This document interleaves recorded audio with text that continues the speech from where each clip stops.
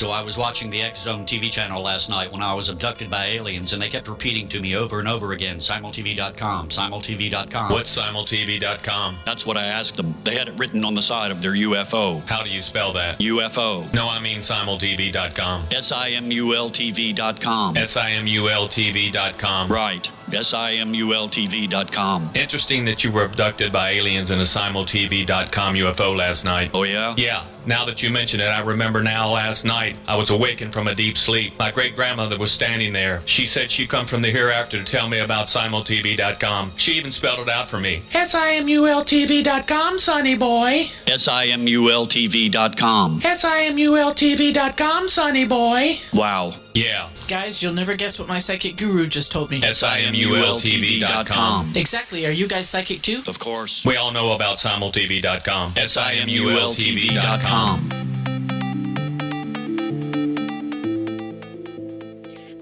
Welcome everyone to Too Good to Be True. Thank you for taking the time to listen. The subject for today's show is ancient flying machines. Before we start getting into details, let's just briefly talk about psychic insight and how we apply it. We choose a subject, then research it, and based on that research, we determine what we think needs to be explained by creating a series of questions. Then Justina provides psychic insight to answer those questions. The psychic insight is narrated towards the end of the show. Accepting the psychic insight is a question of individual belief. Now let's go through the disclaimers. Here are the disclaimers. Neither of us claim to have any expertise in any subjects that we discuss. We relate information we find through research and the psychic insight. We are always delighted to hear from the listeners. The show only lasts an hour. We don't have the time to present exhaustive research on any topic. This means that there will be information that we miss. We want to provide a basis for the psychic insight. We don't care if a theory turns out too good to be true, as the show name suggests. We are only interested in finding out more of the truth about topics. Spirit can only relate insight that is appropriate for our time in history. Free will cannot be affected. Only comments that are appropriate for our time can be given through the psychic insight. Much of the subject matter in shows may have already been covered many times in other media. We want to look into subjects in a new, different way and be thought-provoking. We are not so good with pronouncing names, we apologize, and neither of us have any particular knowledge of ancient history, archaeology, or aerospace. If we have misstated anything, we apologize. In a previous episode, we learned in the temple of Seti I at Abydos in Egypt, there are hieroglyphic panels that bear symbols resembling a helicopter, spaceship, and fighter jet planes. The hieroglyphic panels were made 3,000 to 5,000 years ago. We really didn't go into a lot of details on that, even though those symbols go completely against the accepted version of history. There's so much to talk about when ancient Egypt is a subject, so that was probably why we didn't focus on it too much. When thinking about ancient flying machines, the most well-known are probably the Vimāna. Here is a quote from the Ancient Explorers website. Quote, "The Vimāna are spacecraft, land leviathans, airplanes, and interdimensional spacecraft described in great technical detail in the ancient Vedic literature of India. Some were said to be as fast as thought itself. In the ancient Vimāna Sastra, Science of Aeronautics, there is a description of a Vimāna, an apparatus which can go by its own force from one place to place or globe to globe. The Hakatha, Laws of the Babylonians, states that the privilege of operating a flying machine is great. The knowledge of flight is among the most ancient of our inheritances, a gift from those from upon high. We received it from them as a means of saving many lives. The Sifrala contains over 100 pages of technical details on building a flying machine with words which translate as graphite rod, copper coils, crystal inductor, vibrating spheres, stable angles, etc. The Ramayana describes a Vimāna as a double-deck circular aircraft with portholes and a dome. The Vimāna Sastra, 4th century BC text, deals with the operation of Vimanas and how to switch the drive to solar energy from a free energy anti-gravity source." Unquote. Vedic literature refers to writings made between 1500 and 1000 BC that were sacred to the Vedic religion, which could be described as an ancient form of Hinduism. The Sifala, as indicated, was a detailed account of how to build an ancient flying machine and how to pilot it. It was the work of the Chaldeans, who were an ancient people that were assimilated into the kingdom of Babylon. The Ramayana is an ancient poem from India. What does the word Vimana mean when translated? The Ancient Explorer's article continues, quote, Vimana is a word with several meanings, ranging from temple or palace to mythological flying machines described in Sanskrit epics. Reference to ancient Indian flying vehicles comes from ancient Indian sources. Many are the well-known ancient Indian epics, and there are literally hundreds of them. Most of them have not even been translated into English yet from the old Sanskrit, unquote. Sanskrit is the language found in ancient Hindu writing. What did these craft use to propel them? The Ancient Explorers website provides an explanation, quoting Dr. Ruth Rayner of the University of Chandigarh as follows, quote, their method of propulsion, she said, was anti-gravitational, was based upon a system analogous to that of Lagima, the unknown power of the ego existing in man's physiological makeup, a centrifugal force strong enough to counteract all gravitational pull, unquote. That sounds like humans are capable of flying Vimana. What is the Lahima? Wikipedia provides an explanation, quote, Laghima is one of the 8 major siddhas, spiritual or paranormal abilities, of a spiritually advanced person in some traditions of Hinduism. Lagima, a Sanskrit word meaning absence of weight, is the power to make the physical body so light that it is almost weightless, and some believe could float in the air or levitate, unquote. We haven't mentioned how long Vimana were flying and for what purpose. The Ancient Code website is clear that the purpose was to help mankind and that the time frame was basically at the end of the Stone Age. Quote, according to ancient Indian history, one of the most extensive on the planet, their ancient sacred texts called the Vedas speak of amazing flying ships that visit our planet over 6,000 years ago. While there are many who oppose the existence of the Vimana, millions of people around the world are concerned that thousands of years ago, ancient mankind were visited by incredible flying machines piloted by the gods. With the help of the Vimana, ancient astronauts visited different places on our planet with ease, spreading knowledge and wealth among ancient primitive civilizations, unquote. The Stone Age lasted for roughly 2.5 million years or more before tools and weapons were made from bronze. 6,000 years ago would be the Bronze Age for more advanced peoples when metalworking began. I wonder if it's possible that extraterrestrial visitors move technology along. That would go against the prime directive of non-interference. They may just have been treated like gods with their technology completely out of reach. So I question if ancient astronauts actually spread any knowledge or wealth, but just showed up to observe. Are there any authorities that stand behind these claims? Somebody must have made translations from ancient Hindu texts to come up with these stories. On multiple websites, the name Dr. V. Raghavan pops up, with the V standing for Venkataraman. The following quote is from the Ancient Code website, but also appears on several other websites. Quote, Dr. Raghavan points out the text revelations become even more astounding. 31 parts of which the machine consists are described, including a photographing mirror underneath. The text also enumerates 16 kinds of metal that are needed to construct a flying vehicle. Metals suitable, literally 16 kinds, but only 3 of them are known to us today. The rest remain untranslatable. Another authority who agrees with Dr. Raghavan's interpretations is Dr. A.V. Krishna Murthy, Professor of Aeronautics at the Indian Institute of Science in Bangalore. It is true, Dr. Krishna Murthy says, that the ancient Indian Vedas and other texts refer to aeronautics, spaceships, flying machines, and ancient astronauts. The study of the Sanskrit text has convinced me that ancient India did know the secret of building flying machines, and that those machines were patterned after spaceships coming down from other planets, unquote. The original Sanskrit text was apparently from 4,000 years ago. Other sources indicate that the spacecraft were powered by mercury vortex engines, which seems very specific for writings originating thousands of years ago. Is there any other information on any other type of alleged UFOs using mercury vortex engines?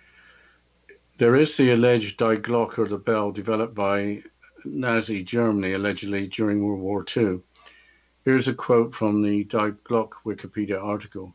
Quote, allegedly, an experiment carried out by the Third Reich scientists working for the SS is in a German facility known as Der Reis, the Giant, near the Wenceslas mine and close to the Czech border.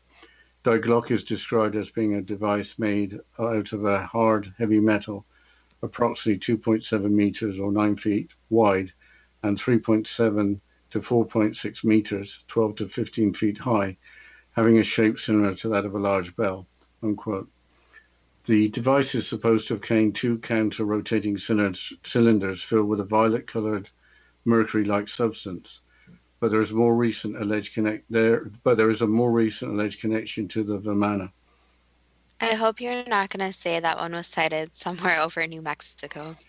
No, but on several websites there are accounts of the discovery of a Vimāna in 2012. The following is from the Medium website. Quote, a 5,000-year-old Vimāna, an aerial vehicle from ancient India, was discovered in a cave in Afghanistan that has caused the disappearance of at least 8 American soldiers stuck in a time well in an attempt to extract it from the cave. The discovery caused a flurry of high-level visits to the area by some powerful leaders of the Western world. The article continues, but I think we're going to have to continue with it after the break. Yes, we'll continue after this short break, and you're listening to Too Good to Be True with Justina Marsh and Pete Marsh on the X Zone Broadcast Network, www.xzbn.net.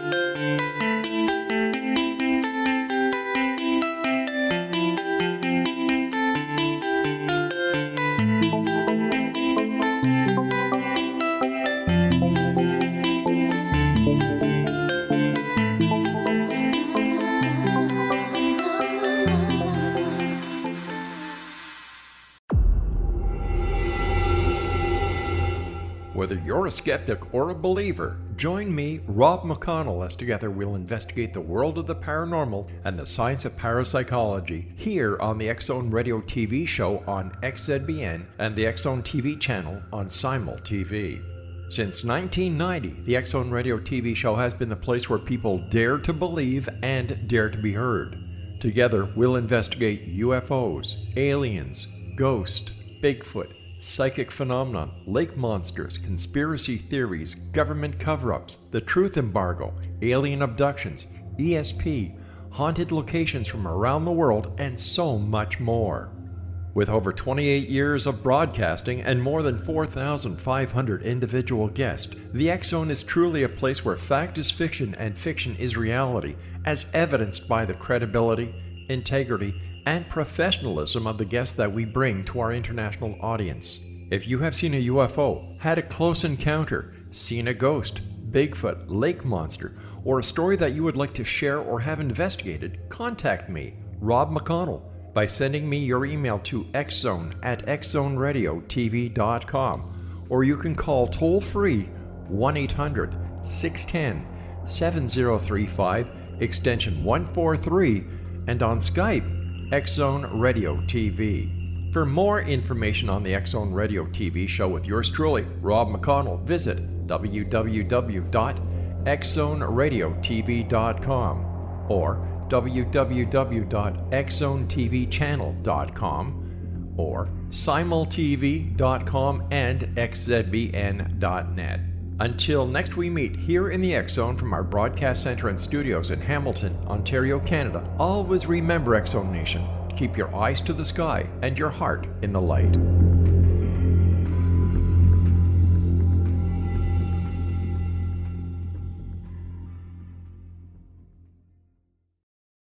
The new nonfiction book, Razor of Madness, is similar to cult movies like Clockwork Orange, Dragon's Tattoo, or The Other Side of Hell. Wayne Morin Jr. and Thomas Lee Howe will expose widespread and systematic deficiencies in this thought-provoking tell-all novel. Mind control rages among scholars in law schools. Human rights are ignored while thought reform and mental manipulation are accepted practices used as behavior modification. Dr. Louis Jolyon West comes to mind. Media and public scrutiny shows that United States mental hospitals are in fact destructive murder industries. Razor of Madness expose novel details this epidemic through an in-depth professional and personal investigation. For decades there has been a revolving door policy that still releases killers and pedophiles back into society. The maestro of mind control continues to haunt America to this very day. Razor of Madness is available in paperback or as a downloadable ebook at Amazon.com.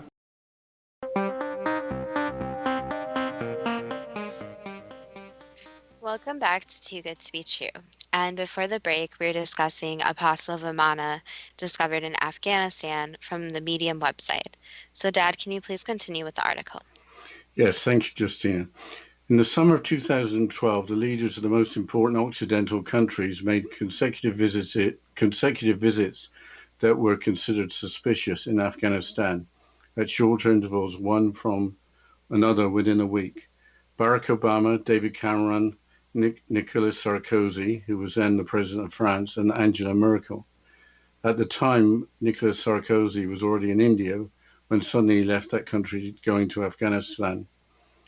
The following question was naturally asked: why all this suspicious rush of the great world's political personalities towards Afghanistan? The leak of information, even if partial, coming from the US Air Force, seemed to have offered the answer. An ancient flying machine approximately 5,000 years old called Vimāna in the Hindu writings was found in one of the caves of the complicated mountain chain from Afghanistan. The writing Mahabharata from the Hindu tradition made numerous references to these flying machines, unquote. I'm skeptical about the entire story. Leaking information, as alleged, could result in a long incarnation at Fort Leavenworth. The time well sounds rather fantastic, but pretty depressing if it trapped 8 servicemen. Does the article go into more detail? Yes, it describes a time well encasing the alleged Vimāna, stating that it appears to be an electromagnetic radiation gravity field referred to by Albert Einstein in his unified field theory. But another article suggests that the 8 servicemen were not trapped but were found sleeping in the area. Is there anything more we should mention about the Vimāna before moving on to South America? Only this quote, which was written a few years ago at the end of the 20th century from the Wikidot website. Quote, the Vedic traditions of India tell us that we are now in the 4th age of mankind. The Vedas call them the Golden Age, the Silver Age, and the Bronze Age, and we are now, according to their scriptures, in the Iron Age. As we approach the end of the 20th century, both Native Americans and Mayan and Incan prophecies claim that we are coming to the end of an age. Sanskrit texts are filled with references to gods who fought battles in the sky using Vimanas equipped with weapons as deadly as any we can deploy in these more enlightened times, unquote. The quote is interesting on many levels. If beings are so advanced that they can build incredible spacecraft, why would there be need to fight anyone? Surely differences could be settled by peaceful means. Also, why come to the planet Earth to fight battles? The Vedic traditions, as well as Native American, Mayan, and Incan prophecies, claim that by the end of the 20th century, mankind is beginning its 4th age. That seems consistent with New Age beliefs. With that, let's move on to Colombia, South America, and the Quimbaya artifacts. The Wikipedia page dedicated to the Quimbaya artifacts states the following, quote, the Quimbaya artifacts are several dozen golden objects found in Colombia, made by the Quimbaya civilization culture, dated around 1000 CE. few of which, the so-called Quimbaya airplanes, are supposed by ancient astronaut theorists to represent modern airplanes and therefore to be out-of-place artifacts. The whole of the figurines, measuring 2 to 3 inches, 5 to 7.5 centimeters each, are described in mainstream archaeology as depicting birds, lizards, amphibians, and insects common in that region and period, some of them highly stylized, as in the Gold Museum, Bogota.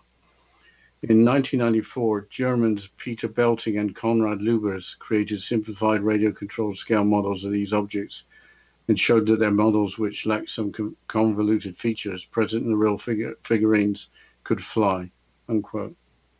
What is known about the Quimbaya civilization? The Gypsy Thread website provides details as follows, quote, the Quimbaya civilization inhabited the areas around the Cauca River Valley on the western slopes of the Andes Mountains. There's no clear evidence that pinpoints when the Quimbaya came into being. However, most researchers agree that it was sometime in the 1st century BC. They were expert hunters, grew many different and diverse crops, fished, and had many industries, including gold mining and goldsmithing. The Quimbaya civilization reached its peak in the period between the 4th and 7th century AD.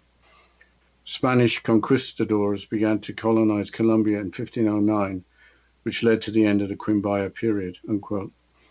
The people were known for their spectacular gold work with highly detailed and unique designs, which of course included the model aircraft. Are there any references to extraterrestrials who might have flown aircraft about 1,000 years before modern flight was invented? It seems that nothing much was written down. The only suggestion that either the Quimbaya or perhaps visitors were advanced are in petroglyphs or rock carvings. The following is again from the Gypsy Thread website, quote, petroglyphs and stone carvings in the hard granite in the area where the ancient Quimbaya lived add yet another layer of mystery to the story. In places like the Park of the Marked Stones and Natural Park of Las Piedras Marcadas, carvings seem to support some knowledge of constellations and the stars. Little else is known about these carvings, including the date they were made or their true meaning. Some theorize that they were made in honor of extraterrestrial encounters, unquote. We can now move on to ancient China. The Global Security website provides an account in an article entitled Ancient Chinese Aviation. Here's part of that article, quote, the attempt at flying vehicles by the Chinese people has a long history. It could be traced back to the ancient times. Ancient Chinese texts contain numerous references to experimental aircraft. Some of these have been documented to before the year 2000 BC. In 1766 BC, the Emperor Cheng Tang is said to have ordered the construction of a flying machine that was subsequently destroyed lest anyone discover the secret of flight. In the 3rd century BC, the Chinese poet Chu Yun was said to have made a detailed aerial survey of the Gobi Desert, giving special praise to the durability of his craft over wind and sandstorms. There is a legend that Mozi, some people think it was Gongshu Ban, not Mozi, made a bird of the wood and rode it to fly. This was the first time the humans studied the flight device. The classic Lu Wen Mozi told us that during the spring and autumn period, 770 to 476 BC, the famous craftsman Gong Shuban made a magpie from bamboo and wood and made it fly in the sky. Classic Wei Chu Zhu Zhang, Hans Fei Zi, wrote about a flying wooden eagle made by Mo Di, founder of Mohism, 468 to 376 BC. The famous scientist of Eastern Han Dynasty, Zhang Heng, AD 79 to 139, made a wooden bird which could fly several kilometers according to the classic History of the Later Han Dynasty Zhang Heng biography. All the above mentioned tales were made about making flying vehicles after flying birds. All the above mentioned tales were about making flying vehicles after flying birds. The classic History of Han Dynasty Wang Mang biography recorded that the 6th year of the Tianfeng period of New Dynasty, AD 19, a man was witnessed flying dozens of meters with 2 huge bird wings and feathers all over his body, even on his head. That was believed the earliest recorded flying and gliding experiment by physical force of human being, unquote. The article continues by discussing kites and rockets, which the ancient Chinese are noted for. What about the bamboo copter, not the type you can buy from lots of places today? The WikiOne website provides a description as follows. Quote, the bamboo copter, also known as the bamboo dragonfly or Chinese top, is a toy helicopter rotor that flies up when its shaft is rapidly spun. This helicopter-like top originated in the Warring States period in China around 400 BC and was the object of early experiments by English engineer George Cayley, the inventor of modern aeronautics. In China, the earliest known flying toys consisted of feathers at the end of a stick, which was rapidly spun between the hands and released in the flight. While the Chinese top was no more than a toy, it is perhaps the first tangible device that we may understand as a helicopter, unquote. I don't think a toy really counts, but who knows? There may be more to the story than kids having fun. The article continues with an excerpt from the book The Baopuzi, Master Who Embraces Simplicity, from around the year 317, authored by the Jin Dynasty deist philosopher Ji Hong. This is as follows. Quote, someone made flying cars with wood from the inner part of the jujube tree, using ox leather straps fastened to returning blades so as to set the machine in motion. Others have had the idea of making 5 snakes, 6 dragons, and 3 oxen to meet the hard wind and ride on it, not stopping until they have risen to a height of 40 li. That region is called the purest of empty space. There the key is extremely hard, so much that it can overcome the strength of human beings. As the teacher says, the kite flies higher and higher spirally, and then only needs to stretch into its 2 wings, beating the air no more, in order to go forward by itself. This is because it starts gliding on the hard wind. Take dragons, for example. When they first rise, they go up using the clouds as steps, and after they have attained a height of 40 li, then they rush forward effortlessly.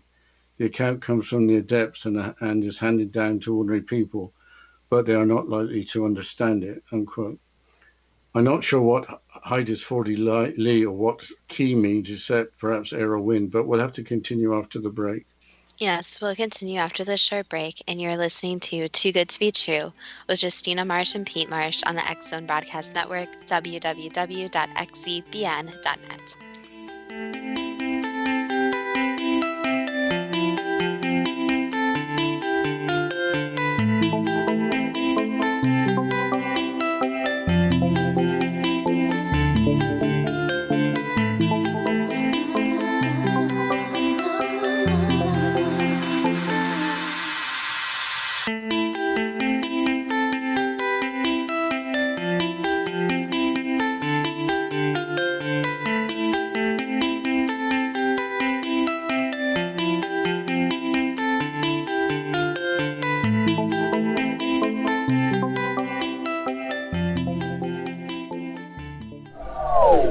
They are here, and they've been here for thousands of years, making their presence known in the shadows. They might be seen by a lonely motorist on a deserted road late at night, or by a frightened and confused husband in the bedroom he is sharing with his wife. But who are they? What do they want? Why are they here? Perhaps most concerning, has the government been aware of their presence all along? The new book by Eli Marzulli, UFO Disclosure, the 70-year cover-up exposed, delves into the world of UFOs. Can full disclosure be soon?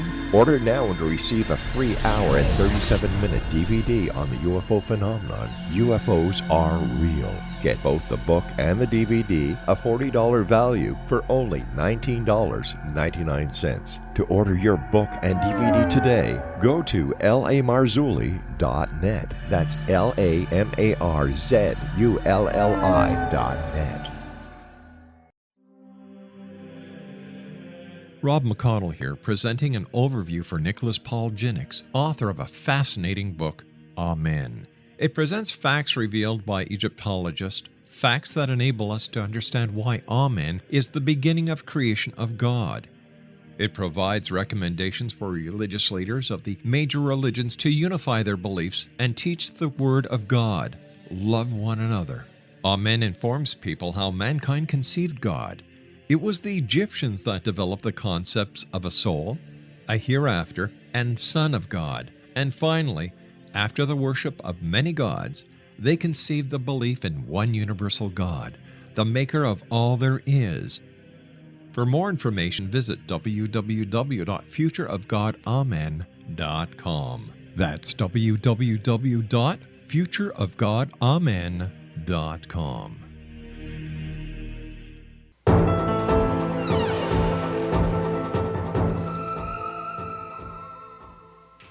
Welcome back to Too Good to Be True. And before the break, Dad, you were talking about an article from the book Puzo, which is The Master Who Embraces Simplicity.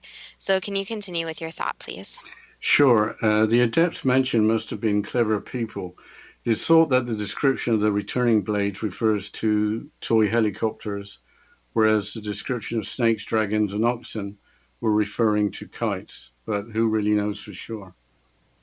I would like to think of dragons as being real. Yes, I don't think that Puff the magic dragon was, but according to the song's lyricist, there is no connection with smoking anything. Well, on that note, let's change the subject since we have some time to mention ancient Babylon. The website Araman provides some fascinating details as follows, quote, other Babylonian secret scripts like the Epic of Etana also contain references to the magical flight of Etana on the back of an enormous eagle. This eagle takes him higher and higher, and throughout the narrative there are remarkably authentic descriptions of the view that unfolds before them. This is obviously the account of someone familiar with flying. The sense of perspective and patchwork of color and haze, together with an accurate depiction of geographical features, make this difficult to understand. Difficult, that is, unless the author or someone close to him had actually experienced the wonder of flight. Unquote. The article again mentions Babylonian law that the knowledge of flight is an ancient gift from the gods. Ancient Babylon was founded around 4,000 years ago, about 50 miles or 80 kilometers from modern-day Baghdad in Iraq. But there is some supporting evidence that flight could have occurred in those times. What is the supporting evidence? The article continues as follows, quote, in his book, The Secrets of the Lost Races, author René Nürburgring makes the following comment. Whatever the vehicle of ascent may have been, the Epic of Etana certainly supplies us with very accurate description of the Earth's surface for various altitudes. Descriptions which were not verified in our own era until high-altitude aerial flights in the 1950s and the first space shots of the 1960s, unquote. That sounds impossible. What other apparent impossibilities are there in other places? Returning to ancient Egypt, here's another quote from the Aeroman website. Quote, tucked away in the Cairo Museum of Antiquities, item number 6347, RM22, was for many years considered just a small and insignificant artifact. This was, after all, no more than a tiny wooden plane discovered in a tomb near Saqqara in 1898. For many years, it was kept in the basement storage area where it was marked as bird object and lay almost forgotten. In 1969, however, Dr. Kalal Messiha, an archaeologist, noticed a resemblance of the object to modern aircraft and decided to investigate further. A research committee was formed, and the initial findings were so impressive that the object was put on immediate display. Aerodynamic experts were later to testify that the model was remarkably airworthy, indicating knowledge of principles of aircraft design, which had taken European and American designers a century of airfoil experimental work to discover. Some experts noted similarities between the model and the latest NASA, NASA, yes, thank you, developments in oblique-winged aircraft, unquote. With that, it is time for the first question. Was a Vimana an apparatus which could go by its own force from place to place or globe to globe? That could be said. Was the Hakatha, the law of the Babylons, correct in stating that the knowledge of flight is among the most ancient of inheritances and a gift from those from upon high? They believe that, yes.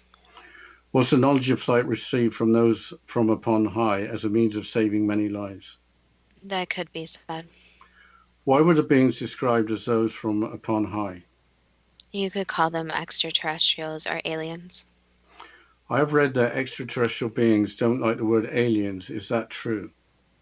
Beings is the preferred word, but it is not as commonly used as aliens, so it is easier to refer to them as aliens.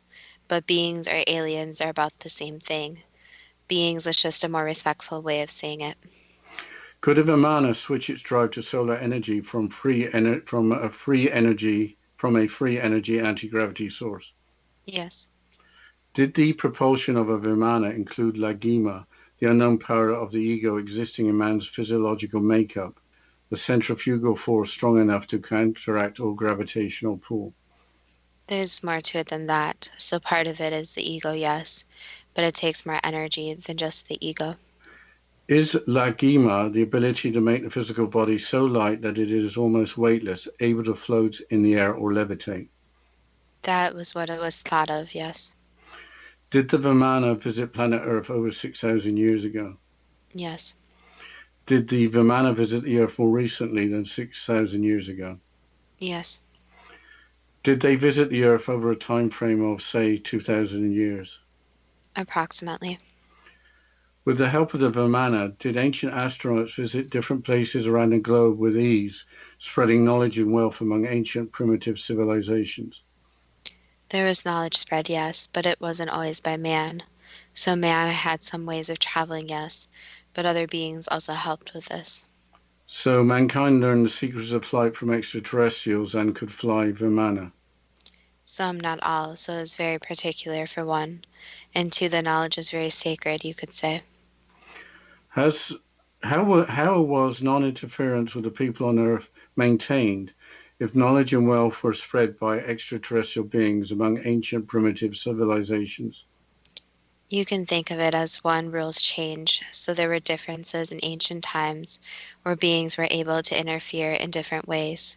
And two is that it really depends on what the humans are really going through, where they are at, and things like that.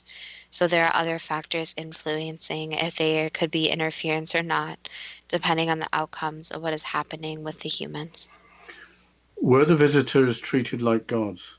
Yes. Did a Vimana include a photographing mirror underneath? Not exactly, no. Did a Vimana have a device for capturing images? In a way, yes, but not pictures thought of as a camera today. Was a Vimana constructed from 15 kinds of metal with only 3 known today?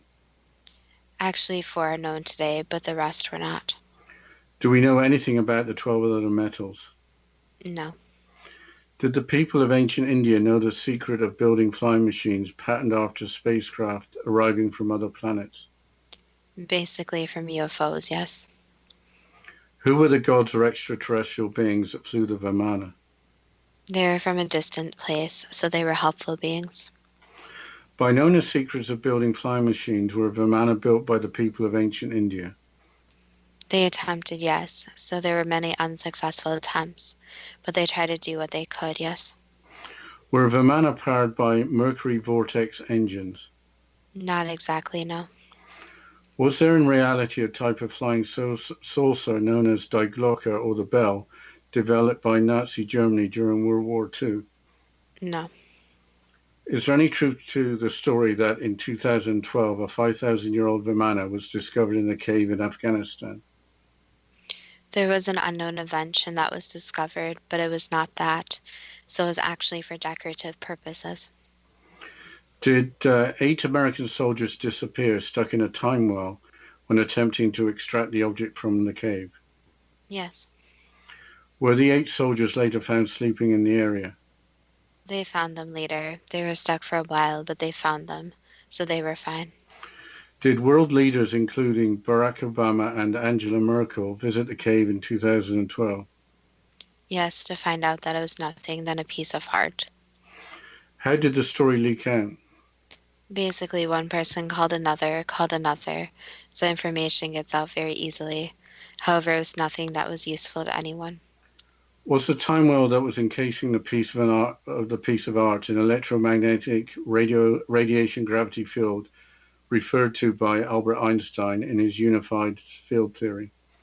That could be said. What happened to the piece of art? It was just put into storage. It's nothing important. Are the Vedic traditions correct in that we are now in the fourth age of mankind?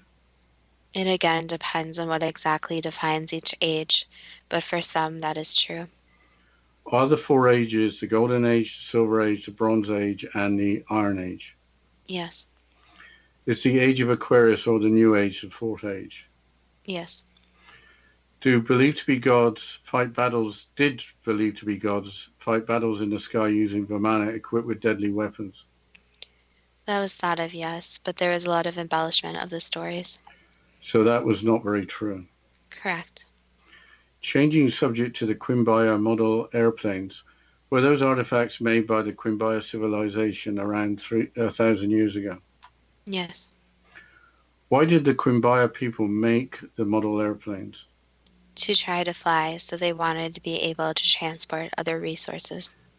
Why in 1994 were Peter Belting and Konrad Lubers able to fly simplified radio-controlled scale models of the Quimbaya model airplanes? Basically because they were built to fly, so their idea of what they thought would work did work. Did the Quimbaya have knowledge of constellations and the stars, as suggested by their petroglyphs carved into granite? Yes. What were the approximate dates for the petroglyphs being made? About 2,000 years ago. I think we have to go into the break and we'll take the next question after that. Yes. And you're listening to Too Good to Be True with Justina Marsh and Pete Marsh on the X Zone Broadcast Network, www.xzbn.net.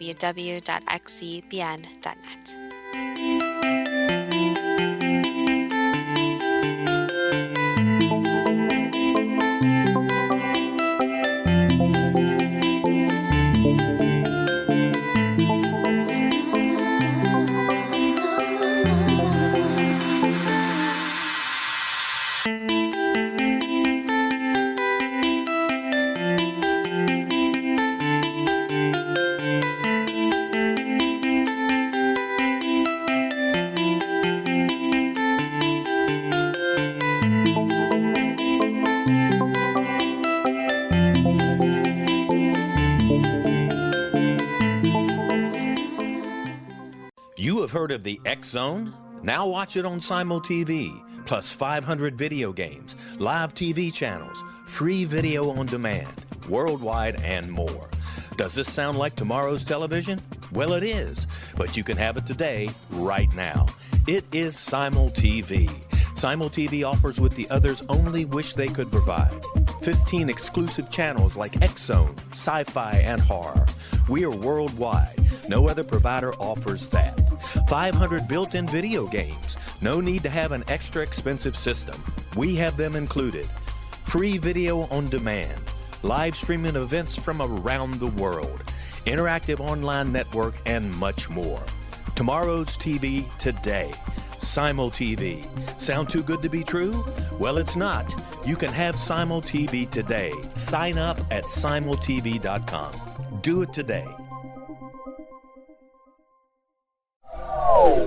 They are here, and they've been here for thousands of years, making their presence known in the shadows. They might be seen by a lonely motorist on a deserted road late at night, or by a frightened and confused husband in the bedroom he is sharing with his wife. But who are they? What do they want? Why are they here? Perhaps most concerning, has the government been aware of their presence all along? The new book by Eli Marzulli, UFO Disclosure, the 70-year cover-up exposed, delves into the world of UFOs. Can full disclosure be soon? Order now and receive a free hour and 37-minute DVD on the UFO phenomenon. UFOs are real. Get both the book and the DVD, a $40 value, for only $19.99. To order your book and DVD today, go to lamarzulli.net. That's LAMARZULLI.net.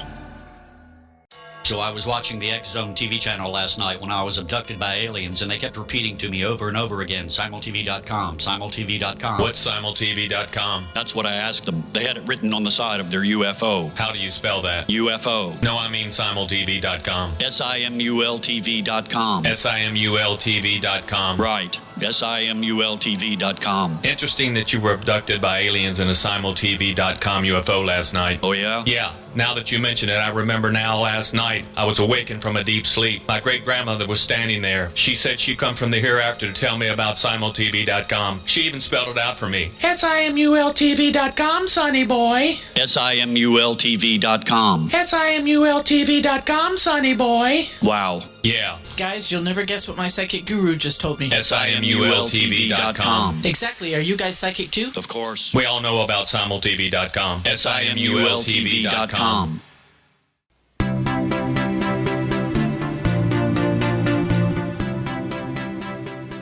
Welcome back to Too Good to Be True. And before the break, we were discussing the questions and the psychic insight about ancient flying machines. So, Dad, can you please continue with the questions? Yes. What is the meaning of the petroglyphs made by the Quimbaya civilization? They were studying how the constellations could be used for flight. So basically as a map of the universe that could be used to fly in space. Were the petroglyphs carved in honor of extraterrestrial encounters?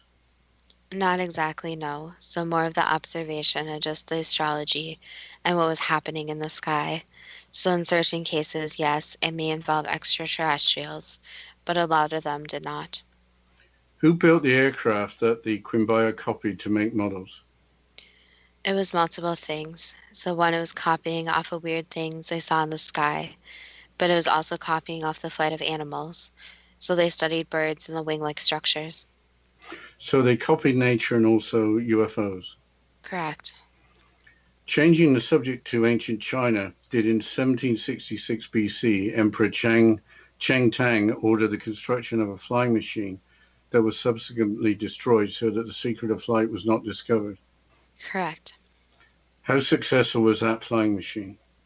It got off the ground, but didn't make it very far off the ground, so only a few feet. In the 3rd century BC, did Chinese poet Chu Yun make a detailed aerial survey of the Gobi Desert, giving special praise to the durability of his craft over wind and sandstorms? No, that didn't happen, so it was sketched out, but it wasn't because he was flying. Did Mozi or Gongshan Ban make a bird of wood to fly in it? He tried, yes. Was he successful? No.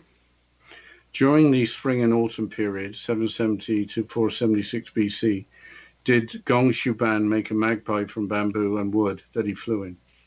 He tried again, yes. Was he successful?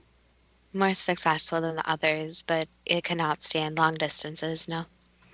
Did Modi, founder of Mohism, 468 to 376 BC, make a flying wooden eagle? Yes. Was it successful? For short flights, yes. Did the famous scientist of the Eastern Han Dynasty, Zhang Heng, AD 78 to 139, make a wooden bird which could fly several kilometers?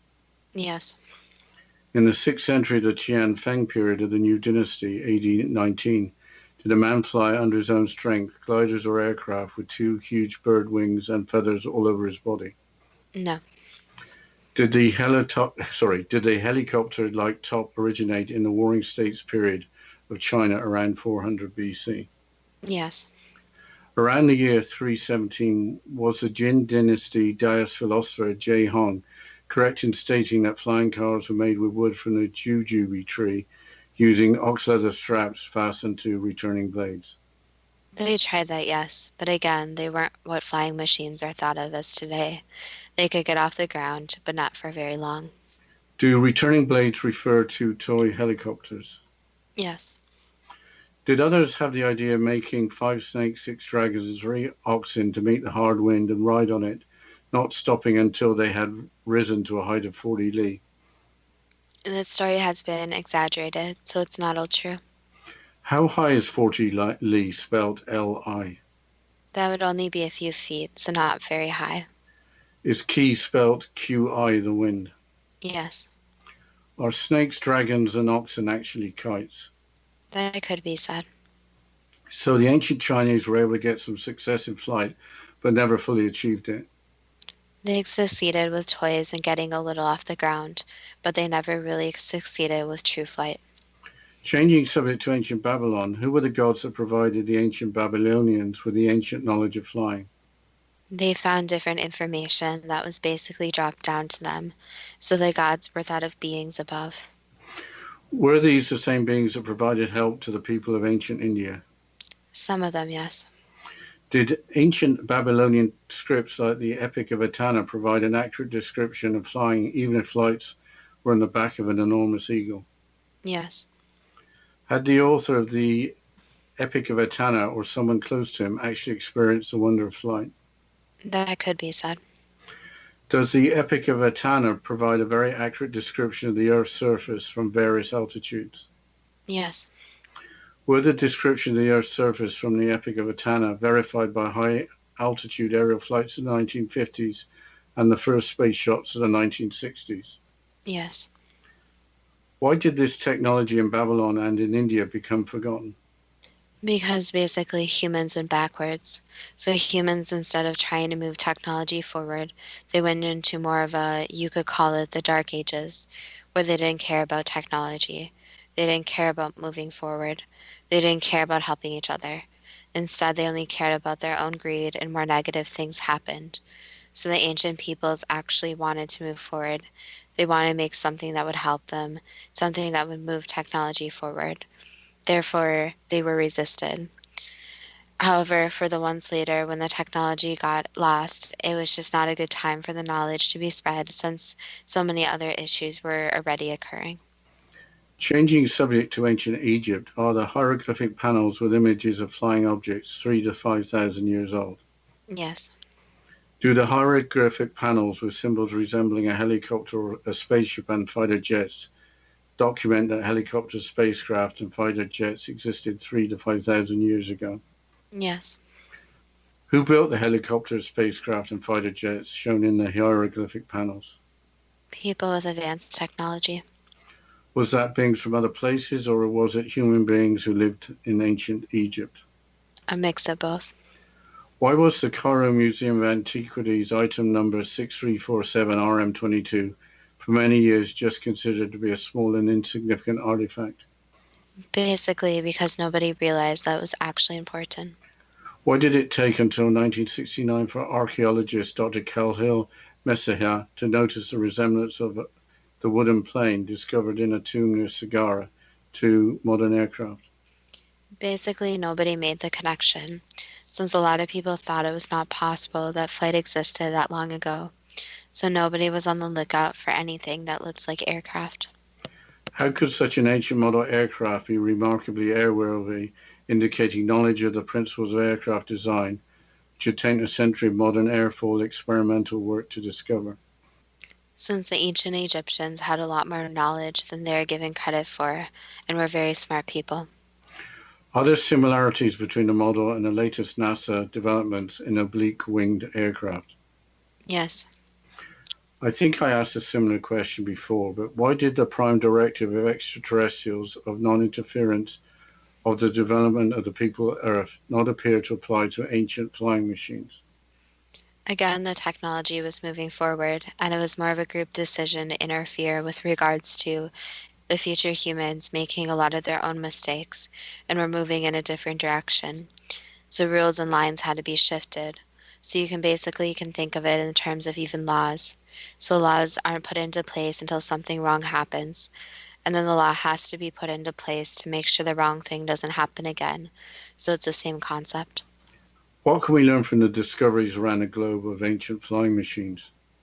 That there's still a lot more to be discovered. So humans again think that right now in this moment that they're the smartest, the most intelligent beings. However, there's still a lot more to learn from the past and learn that humans overall have been very intelligent even in ancient times. So sometimes things do appear to be what they appear to be. However, it also has to be noted that some of the stories have been embellished and made more than what they are. So for example, if someone gets a toy plane off the ground, they may say how it flew a very long way. However, the story may be embellished, so it seems better than it actually is. So it's very difficult to distinguish what is true and what isn't from ancient times. But overall, the takeaway is that in ancient civilizations, they had their own, as stated before, their own advanced technology in their own way. Are there any other civilizations that had ancient flying machines that we didn't mention? Yes, many of them. That was the last answer. Are ancient flying machines too good to be true? That depends on what you are prepared to believe. I now see no more questions than answers. Apparently, as the Bronze Age was beginning about 6,000 years ago, ancient flying machines not only being flown, but were documented as being flown. And not long before that, mankind was still living in the Stone Age. That is made all the more interesting if knowledge and wealth were spread by extraterrestrial beings among ancient people across the globe. But a bunch of the world leaders apparently showing up in a cave in Afghanistan to look at nothing important is almost funny. Yes. However, whatever is believed about flying machines, the writings made thousands of years ago are fascinating. I think something we really didn't mention in this episode is that birds naturally fly. So I think the answer that was kind of most interesting to me is that ancient peoples may have based flying machines off animals partly because they saw animals. And I think generally, as humans, we do a lot of the same things as animals do. It's just kind of in our nature. We see animals doing certain things and we try to copy them. Yeah, it's interesting because up to just a few years ago, it was thought that, or wasn't understood how bees actually got off the ground. And apparently they had some grooves or slots in their wings that made it possible. So that just shows you we don't understand bees that well. Well, on that note, if anyone, any of the listeners out there have a suggestion for our show, we would love to hear from you. You can go to our Facebook page at Too Good to Be True with the first T spelled TWO, or our website at toogoodtobetrue.net. And as always, thank you so much for listening, and we look forward to next week's show.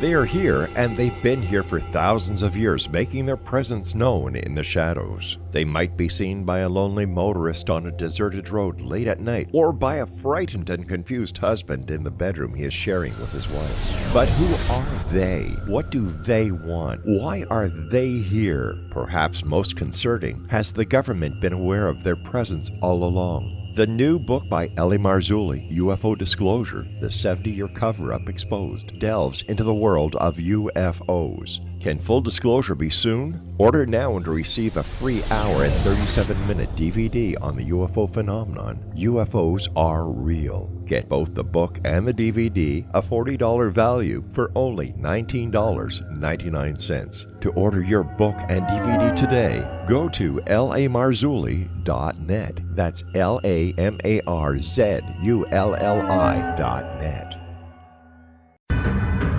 If you are looking for a safe, zero-calorie natural option to the harmful artificial sweeteners on the market today, Just Like Sugar is what you're looking for. Just Like Sugar is a wonderful natural alternative for those health-conscious people who choose a calorie-restricted diet with a great, pure, sweet flavor that tastes just like sugar. Just Like Sugar is a great natural option for people suffering from diabetes and may be useful in restricted diet programs where standard sugars are not allowed and does not cause a laxative effect of some other sweeteners. Just Like Sugar comprises a perfect blend of chicory root fiber, natural calcium, natural vitamin C, and Just Like Sugar's sweetness comes from the natural flavors from the peel of the orange. Just Like Sugar is a natural alternative to harmful artificial sweeteners and will change the way that you believe all natural sweetener products taste. Just Like Sugar is available at your local Whole Foods markets, Wild Oats markets, Henry's, Sun Harvest, and many other fine natural food stores in the U.S., Canada, and worldwide. You have heard of the X Zone? Now watch it on SimulTV, plus 500 video games, live TV channels, free video on demand, worldwide, and more. Does this sound like tomorrow's television? Well, it is, but you can have it today, right now. It is SimulTV. SimulTV offers what the others only wish they could provide. 15 exclusive channels like X-Zone, Sci-Fi, and Horror. We are worldwide. No other provider offers that. 500 built-in video games. No need to have an extra expensive system. We have them included. Free video on demand. Live streaming events from around the world. Interactive online network, and much more. Tomorrow's TV today. SimulTV. Sound too good to be true? Well, it's not. You can have SimulTV today. Sign up at simultv.com. Do it today.